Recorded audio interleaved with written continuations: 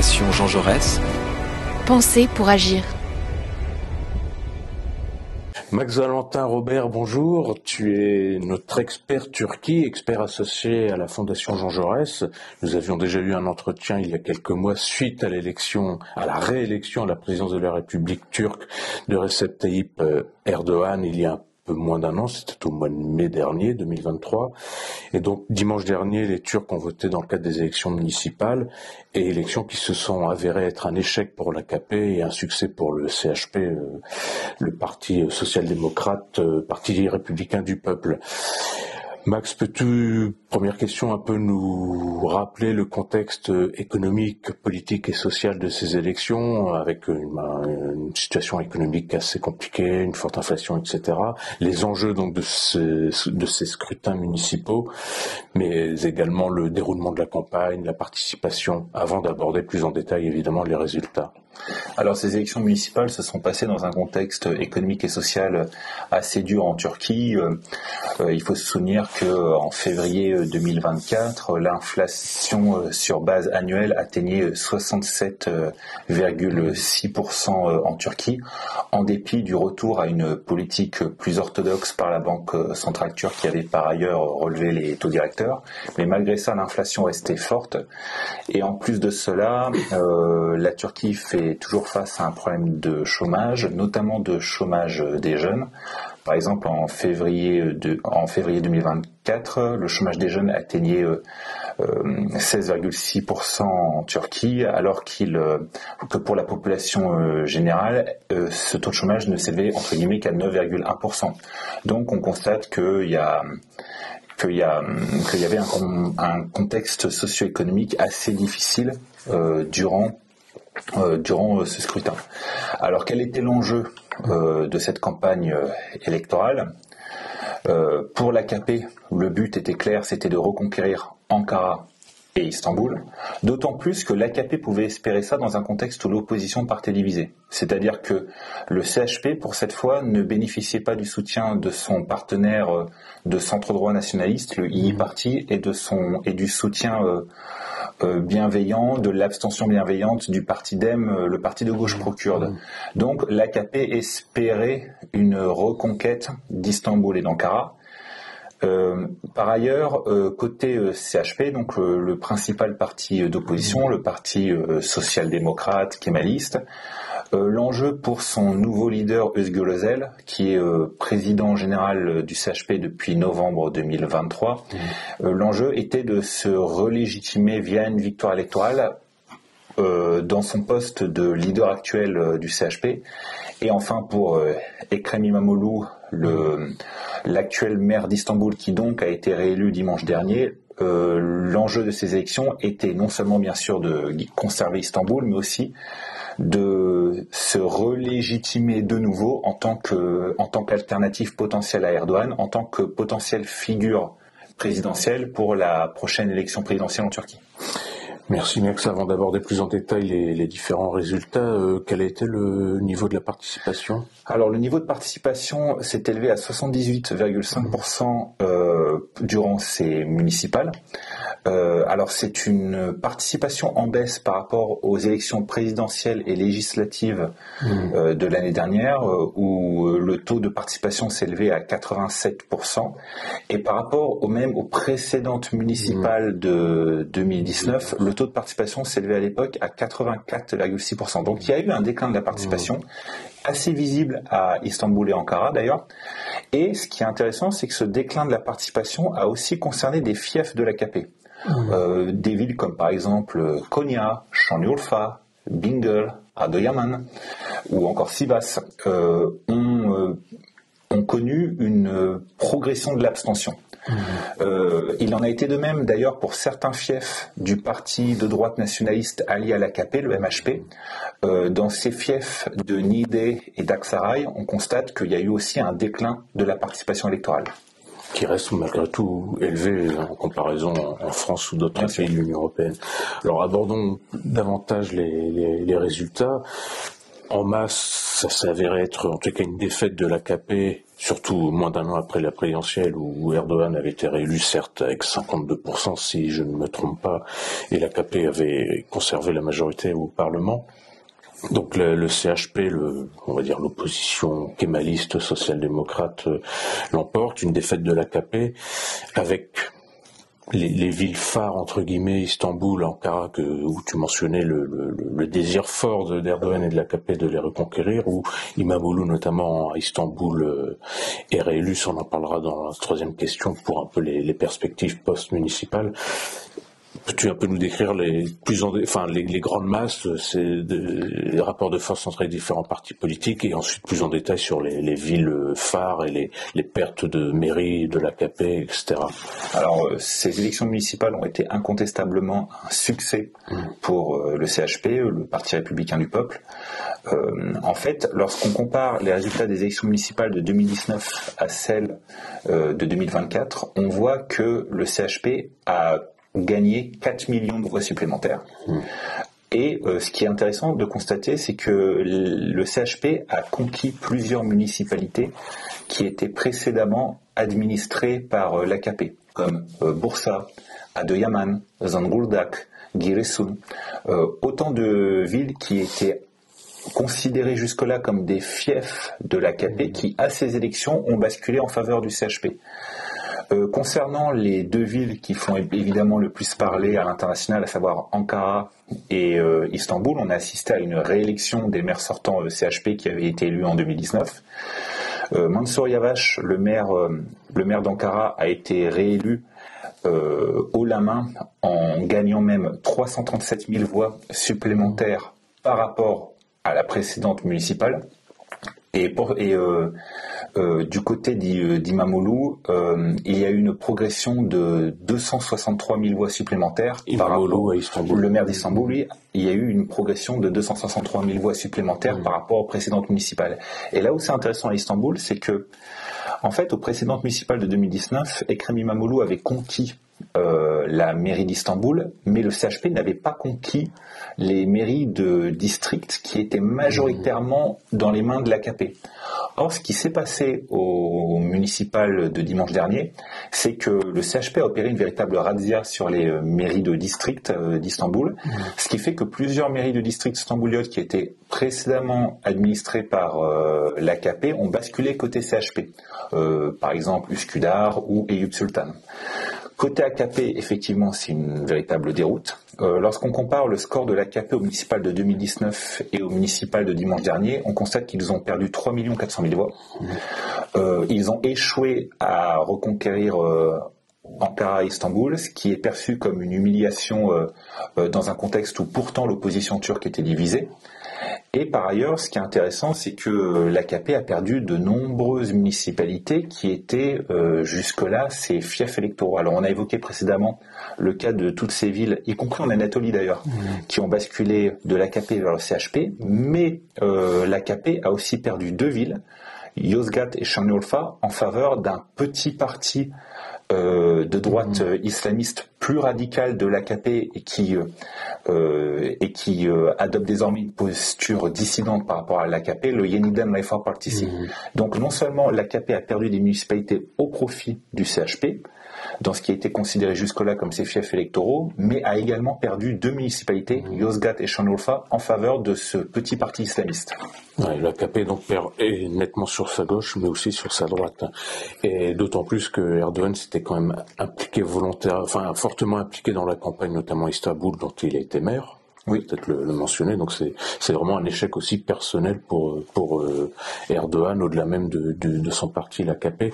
Et peut-être côté kurde, quelques mots à l'est. Côté kurde, alors il y a eu une réélection du DEM et un fort succès du DEM, le parti de gauche pro-kurde, dans les municipalités qu'il dirigeait dans le sud-est. Alors aujourd'hui, il y a un certain contentieux par rapport au statut de certains maires. Par exemple, à Van, le maire DEM ayant été élu dimanche dernier vient d'être destitué et d'être remplacé par un maire AKP parce qu'il est accusé notamment de collusion avec le PKK et d'avoir tenu des propos pro-PKK. Donc le maire DEM ayant été élu récemment a été remplacé récemment par le candidat de l'AKP en tant que maire.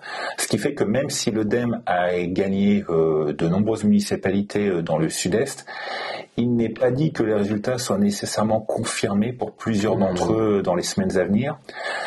Par ailleurs, cette réélection du DEM est assez spectaculaire au final, même si l'AKP a quand même réussi à conquérir quelques villes, ou plutôt du moins à conserver quelques villes dans le sud-est kurdophone.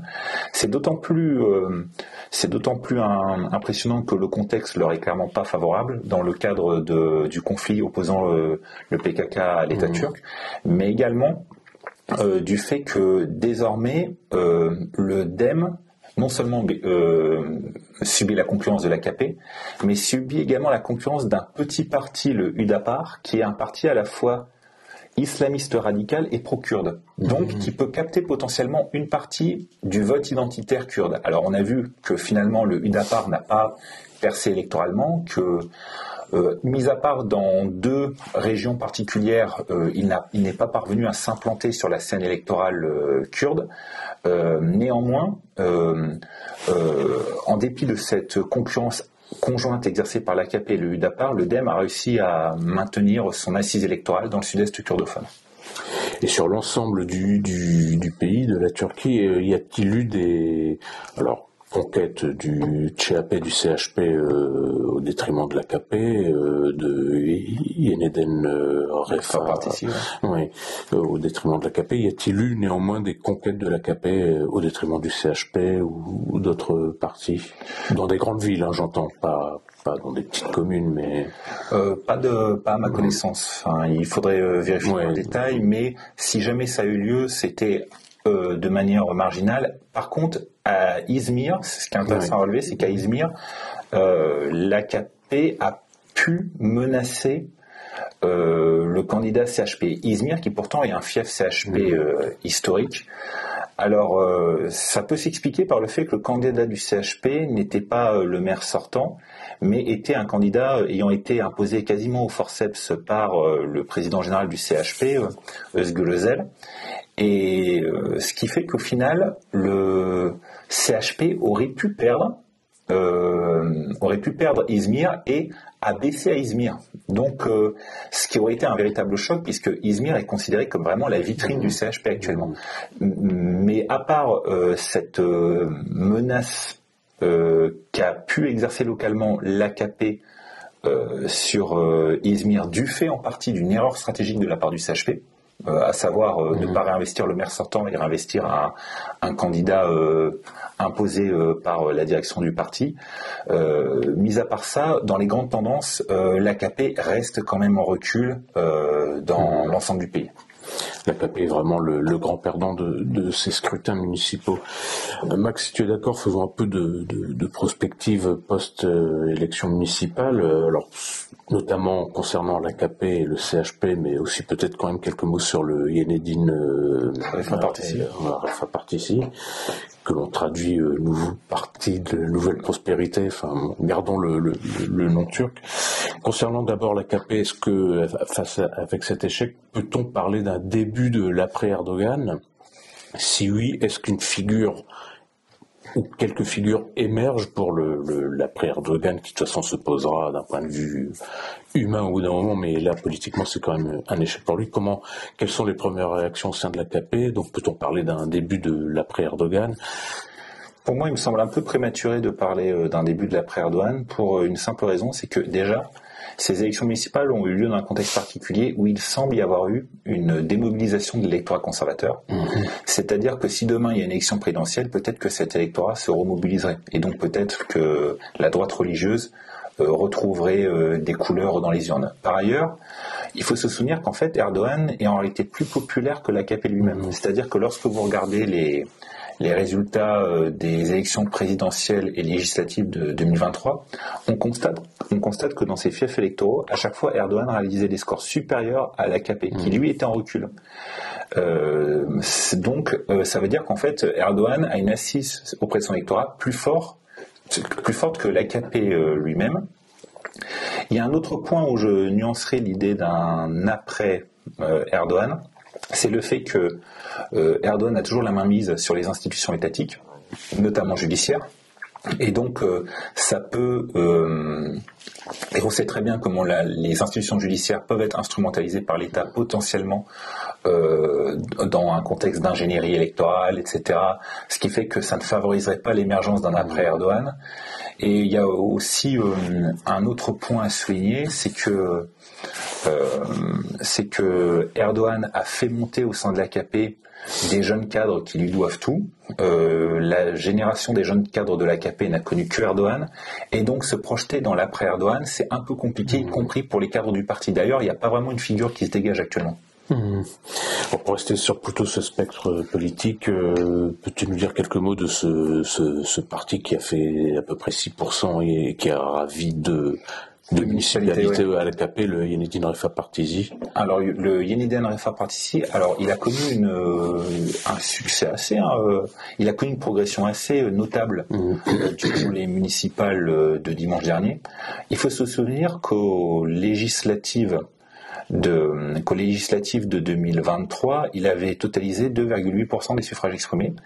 Or, durant les municipales de dimanche dernier, il a totalisé 6,2% des voix. Donc ça veut dire qu'il a eu une nette augmentation.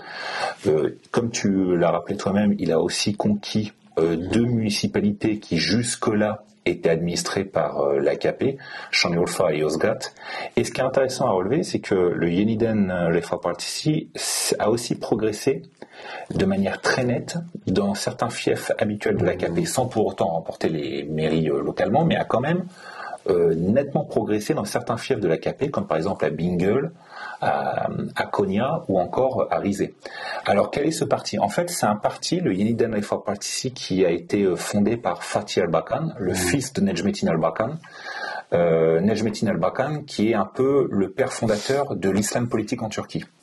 C'est un parti qui se revendique... Un ancien Premier ministre. Un ancien Premier ministre, effectivement. C'est un parti qui se revendique de l'idéologie Vision nationale, Milli Görüş, qui est un courant islamiste, idéologiquement assez proche. Il y a des sources d'inspiration idéologique communes avec les frères musulmans. C'est un parti donc... en fait, ce qui oppose le Yeniden Refah Partisi et l'AKP, c'est que l'AKP, quand il s'est fondé au début des années 2000, s'est éloigné de l'orthodoxie du Milli Görüş, en se convertissant notamment au projet européen, au libéralisme économique, en ouvrant ses portes également à des anciennes figures issues du centre-droit. Alors que le Yeniden Refah Partisi, un peu comme le Saadet Partisi, mais qui lui par contre est du côté de l'opposition, se revendique un peu de l'orthodoxie du Milli Görüş. Alors c'est un parti qui prône un islamisme plus radical que l'AKP. C'est un parti qui aussi a fortement politisé la question de Gaza et la question de la situation humanitaire à Gaza, en mobilisant notamment le slogan le commerce avec Israël, c'est la trahison de la Palestine. C'est un parti qui a fait beaucoup campagne là-dessus. C'est un parti qui a fait campagne également sur les difficultés économiques rencontrées par les Turcs en valorisant la notion d'ordre juste. En fait, la notion d'ordre juste, c'était une notion qui était assez prégnante dans le discours traditionnel du Milli Görüş, en opposition justement au néolibéralisme économique. Donc ils ont essayé aussi de prospérer sur le mécontentement économique en déployant ce discours typiquement erbakanien. Et c'est aussi un parti non seulement qui est plus radical de l'AKP, mais qui s'est aussi illustré par une rhétorique parfois complotiste, notamment au moment de la crise sanitaire. Donc c'est un parti qui est à la fois plus radical, plus populiste et plus contestataire que l'AKP. Donc il n'est pas exclu que dans les prochains mois, dans l'espoir de récupérer cet électorat, qu'Erdogan radicalise son discours dans le but de récupérer les électeurs partis chez le Yeniden Refah Partisi. Merci Max. Alors, de l'autre côté de l'échiquier politique, concernant nos amis, dirais-je, du CHP, qui donc est le grand vainqueur de ces élections municipales, et notamment la figure du maire d'Istanbul, donc reconduit à Istanbul, Ekrem İmamoğlu. qui apparaît du coup comme la figure centrale du CHP. Et on peut lire ici et là que, même si ça paraît, c'est un peu prématuré, c'est encore un peu loin, et qui apparaît être la figure idéale pour à la présidentielle prochaine de 2028, si je ne m'abuse. Peux-tu nous en dire quelques mots? Alors en fait, il est clair que cette réélection, et qui plus est une réélection où Imamoglu a assisté à un élargissement de sa base électorale et aussi à des conquêtes de moyens districts, il est certain que non seulement ça renforce son autorité au sein de l'opinion publique turque comme étant une alternative présidentielle crédible face à Erdogan, ça renforce également son assise au sein du Parti républicain du peuple, et ça renforce également sa légitimité au-delà de la seule base électorale du CHP et au-delà du seul appareil partisan du CHP.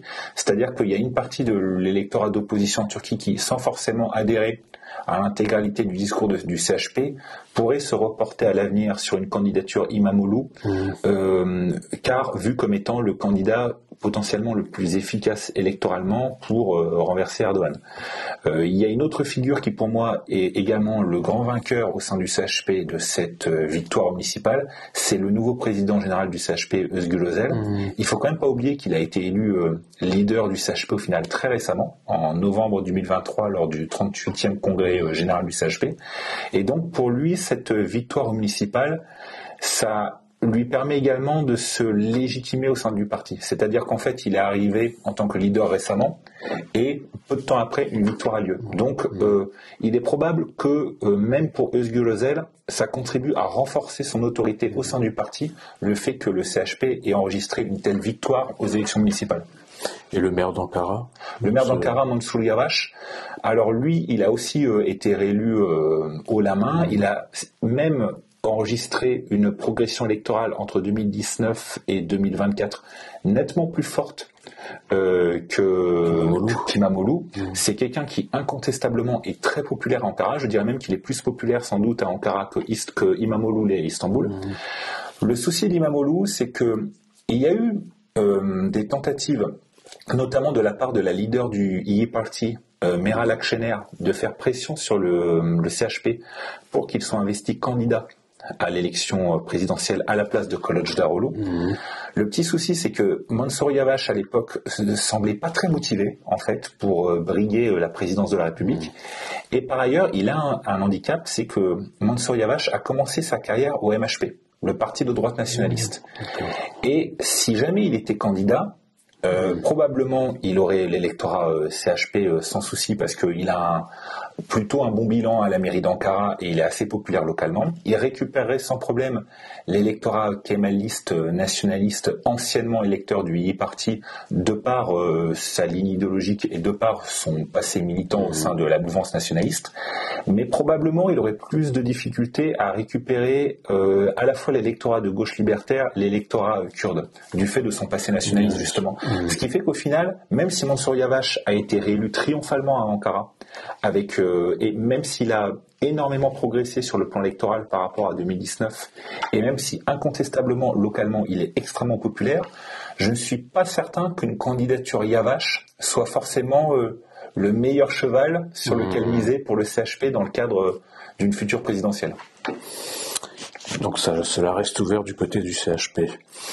Même si je pense quand même qu'une candidature Imamoglu reste de loin le scénario le plus crédible. Parce qu'Imamoglu semble être le plus motivé par rapport à Yavaş. Il semble être le plus motivé et il a aussi l'atout de rassurer à la fois l'électorat kurde et l'électorat kémaliste nationaliste orthodoxe. Il a la capacité de parler aussi bien, si je peux caricaturer, même si ce sont bien sûr des catégories un peu simplificatrices, il a la capacité de rassurer aussi bien l'aile gauche que l'aile droite du CHP, Imamoglu, alors que peut-être que Yavaş aurait plus d'handicap pour séduire l'aile gauche et l'électorat kurde.